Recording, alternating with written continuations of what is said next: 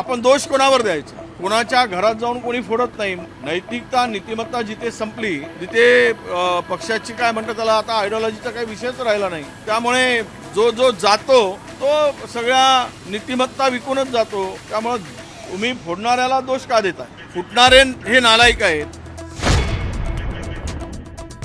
नाही, बरोबर आहे, ते बोलले, ते खरं बोलले. त्यांना निधी शासकीय मिळत होता, वैयक्तिक मिळत नव्हता. कदाचित असं त्यांचा बोलण्याचा रोख असावा. काल आम्ही पाहिलं की कोणत्या खासदाराला किती निधी दिला गेला आणि ते खर्चसुद्धा झालेला नाही आणि तरी निधी मिळत नाही ही बोंब मारणं मला वाटतं की उचित नाही. आता ऑपरेशन टायगर, आता मला वाटतं की वाघाचं पोट भरलं असेल तर वाघाने आता पुन्हा नव्यानं ऑपरेशन करू नये अशी अनेकांची इच्छा आहे. एकूणच राजकारण ज्या दिशेने चाललेलं आहे देशातील राज्यातील, मला वाटतं की सत्ता आणि संपत्ती अगदी सेंट्रलाइज झाल्यासारखी झालेली आहे आणि ते सर्व पूर्ण ताकद सत्ता आणि संपत्तीची गुजरातमध्ये आता समावेश झालेली आहे. ज्या गुजराती 4-5% देशाला टॅक्स देतात त्या गुजरातमध्ये सत्ता आणि संपत्ती एकवटली आहे. भविष्यात मला ही सगळी परिस्थिती पाहून असं वाटतं one party one nation no election या परिस्थितीला भविष्यात सामोरं जावं लागेल आणि ती परिस्थिती आता सध्या या सगळ्या राजकीय परिस्थितीतून दिसते आहे. ज्या पद्धतीनं फोडाफोडी चालली, ज्या पद्धतीनं राजकारण चाललं, धर्मेंद्र प्रधानच्या राजीनाम्यासाठी सगळी तरुणाई रस्त्यावर उतरली. नीट पेपर फुटल्यानंतर जो एक्झाममध्ये गोंधळ झाला, कुरियनचा राजीनामा घेताय कोण पण न मागता किंवा न देता, आणि धर्मेंद्र प्रधानचा राजीनामा का घेत नाही? म्हणजे यांची हुकुमशाहीची पद्धत आहे. काही चुका केल्या तरी आम्ही करू तीच पूर्व दिशा किंवा आम्ही म्हणू तेच होईल. किती ओरडा, किती बोंबा मारा, काही करा, आम्ही ऐकणार नाही. आता तरुण रस्त्यावर उतरलेला आहे. याचा द एंड काय होतो ते पुढच्या काळात दिसेल. पण ऑपरेशन टायगर हे भाजपचे नेते नको म्हणतायत. मला वाटतंय भाजपला भीती आहे, मग शिंदे मोठे होते. दसका घेतलाय का भाजपनं? जे काही ऑपरेशन आता टायगर राबवत आहेत शिंदे, त्याचा भाजपनं दसका घेतलाय का? अरे असं आहे, महाराष्ट्रामध्ये ज्या पक्षांना मोठं होता येईल त्या पक्ष मोठा होण्याचा प्रयत्न सत्तेतील करतो आहे आणि कितीही मोठा झाला पक्ष कोणताही तरी त्याला भाजपाच्या पंखाच्या सावलीतच राहावं लागेल. त्याला हवा तेवढा सूर्यप्रकाश मिळेलच असं म्हणता येत नाही आणि तो मिळवू देणार नाही. त्यामुळे मला नाही वाटत की शिंदेची भीती भाजपला असेल, शिवसेनेची भीती शिंदेच्या, असं मला दिसत नाही. कारण तसे आपण दोष कोणावर द्यायचा? कोणाच्या घरात जाऊन कोणी फोडत नाही. नैतिकता नीतिमत्ता जिथे संपली तिथे पक्षाची काय म्हणतात त्याला आता आयडिओलॉजीचा काही विषयच राहिला नाही. त्यामुळे जो जो जातो तो सगळ्या नीतिमत्ता विकूनच जातो. त्यामुळे तुम्ही फोडणाऱ्याला दोष का देताय?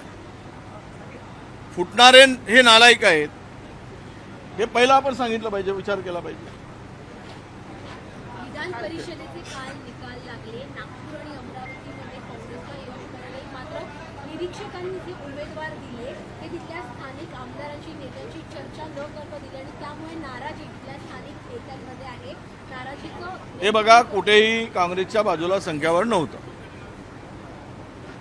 नक्की म्हणजे तिकडे हार तर ठरलेलीच होती कारण संख्याच नव्हती, मुळात कुठेच संख्या नव्हती. आता ठीक आहे, काही ठिकाणी लढलेत, काही ठिकाणी आम्ही उमेदवारी दिली, त्यांनी माघार घेतली. पण हे सगळं काही ते या विधान परिषदेच्या निवडणुकीमध्ये दिसलंय.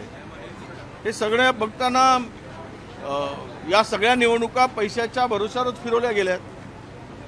प्रचंड पैशाचा वापर करूनच या निवडणुका जिंकल्या आहेत. कधी नव्हे एवढे 10-10, 12-12, 15-15 लाख रुपये या निवडणुकीमध्ये नगरसेवकांना मिळाले. म्हणजेच आता या निवडणुका भविष्यात कराव्या की नाही किंवा सत्ताधारी करत असतील तर आपण त्या निवडणुकीमध्ये उमेदवार उभे करायचं की नाही ह्या संदर्भात गांभीर्यानं विचार करावा लागेल. साहेब, शिवसेनेच्या आमदार खासदारांपाठोपाठ आता दादरमध्ये शिंदेकडून नवीन शिवसेना भवन स्थापण्यासंदर्भात देखील जागांची शोधाशोध सुरू आहे. याकडे नेमकं आपण कसं पाहता? BKC आणि दादर या दोन ठिकाणी जागा या चाचपण्यात आल्याचं कळत आहे.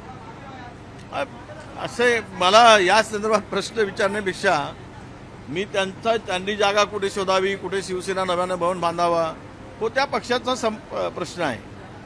आता तो पक्ष म्हणून त्याला कोर्टाच्या मान्यतेशिवाय सुरूच आहे. चिन्ह आहेच, निवडणुका होत आहेत, अनेक लोक त्या पक्षामध्ये सहभागी होत आहेत. त्यामुळे कदाचित त्यांना नवीन भवन बांधायचं असेल, त्याच्याकडे मी कोणत्या नजरेनं बघण्यापेक्षा महाराष्ट्र कुठल्या नजरेनं बघतो हे येणाऱ्या काळात समजेल. काल विधान परिषदेच्या निवडणुका झाल्या. नाशिकमध्ये ते निवडून आले अपक्ष उमेदवार, ज्यांच्या विरोधात ते निवडून आले त्याच पक्षाला तर ते समर्थन द्यायला निघाले. त्यांचे मंत्री जाऊन त्यांना चार्टर्ड फ्लाईटनं घेऊन आले. त्यांचा पक्षप्रवेशही होत होता. ही सगळी जी घटना आहे ती कुठल्या दिशेनं अंगुली निर्देश करते असं मला वाटतं? जो जीता वही सिकंदर, हार गया वो बन गया बंदर. तो बंदर को कौन पूछेगा? सिकंदर को ही पूछा जाएगा. त्यामुळं सिकंदर जिथे आहे तिकडे सगळे धावतील. याला काही आता तुम्ही याला कुठल्या नजरेनं बघायचं ते बघा. असं आहे की